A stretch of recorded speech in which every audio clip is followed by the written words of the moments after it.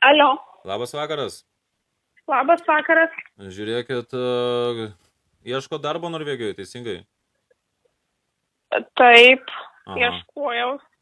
Dabar A, sakykit, iš kur jūs skambinat? Iš žuvies perdirbimo fabriko į tarpininkavimo įmonę Lietuvos. Mhm, Tarp Lietuvos ir Norvegijos. taip. Taip, turim darbo prie linijos, turime darbo sandėlyje ir turim darbo lauke. Sakykit, ar jūs viena pati norit, ar dar turit kažkokių pažįstamų, nes dabar tiek daug žmonių reikia, kad, šakės. Aš dabar tiksliai, jūs palaukit, aš jums buvau, man atrodo, gal rašęs, net nežinau. Aš jums sakiau, jog man 17. Palaukit, aš čia gal kažkaip... Nu gerai, tarkim, jums 17, aha. Mhm. Ir čia, ta prasme, koks vardas jūsų?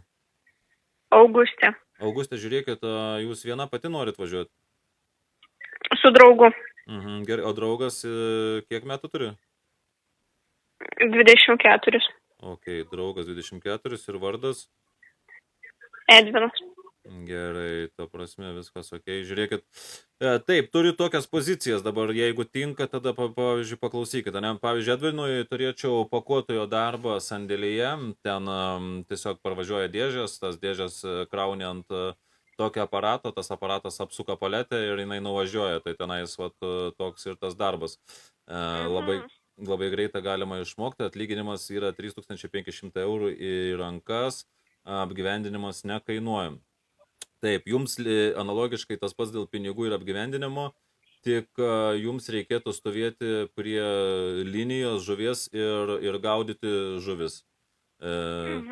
Jo. Pavyzdžiui, parvažiuoja žuvis ir jeigu jinai yra tokia, sakykime, nekokios išvaizdos, tokia galbūt apipuvus, gal kažkokia ten su kirminais, turit ją sugauti ir mesti į kitą kibirą. Jo, aš daug mažai įsivaizduoju, mano mama dirba toj specialybėj, tai žinau. Supratau, ta prasme, bet kartais būna tokių žuvų, kurios dar būna kažkiek dar gyvos ir jas, ta prasme, reikia taip sučiupti ir laikyti, nes jos tokias po 3-4, kažkur apie 3-5 kg sveria. Ar turėsite sveikatos jas taip sugauti ir taip šveisti tą kitą kibirą? Taip. Nes čia toksai yra toks darbas, nes jums atrodo net 300 gal daugiau būtų, nes jums toksai biški toks specifiškas darbas. Galit pakartot algą? 3800 eurų į mėnesį į rankas, šitas būstas nekainuoja, tik maistas. Kelionės išlaidas mes irgi apmokam. Aš nežinau. Aš pagalvosiu, pasitarsime, nes mes jau ilgoką laiką čia ieškom tų darbų, dabar kol kas esam Lietuvoje. Mes pasitarsim ir aš jums tada paskambinčiau. Jo, ir aš dar nepaminėjau, kad kai tas žuvis, tas su kirminais ar kažkokias pagauni dar pusgyvės, turi joms ir galvą nulaužti. Žinau, įsivaizduoju, nes aš esu dirbus ten pas mamą kažkiek tų įmonė irgi, tai tikrai, pažįstam darbo vietą. Supratau. O jeigu, supranti, kai galvą nulauži ir jinai dar, pavyzdžiui, dar raitos, tai turi ją su tokiu aparatu dar ir nušauti. Kad nesikankintų žuvis. Taip. Jo, tokį aparatą turim tokias kulkas, tokias, ten žmogaus nenušausi, bet žuviai ten per tiesiai, per smegenis, bam. Tai aš pagalvosiu tada. Ir paskambinsiu jums tada, jei kas. Jo, bet kai pavyzdžiui, kai nušaunė, ne, ir ten visas, kai sušaudai, turi tada jas ir palaidoti.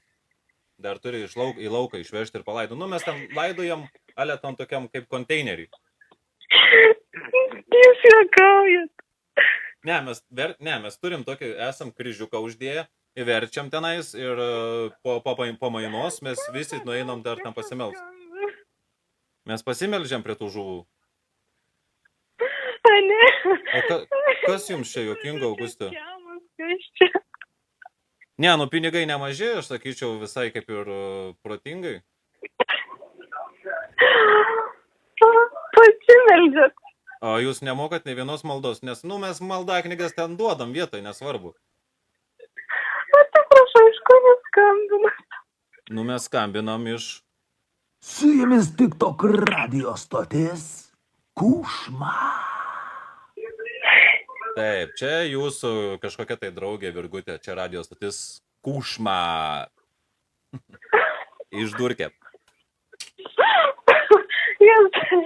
Pasimečiau net. Viskas okei. Užsakė. Jo. Gero vakaro, iki.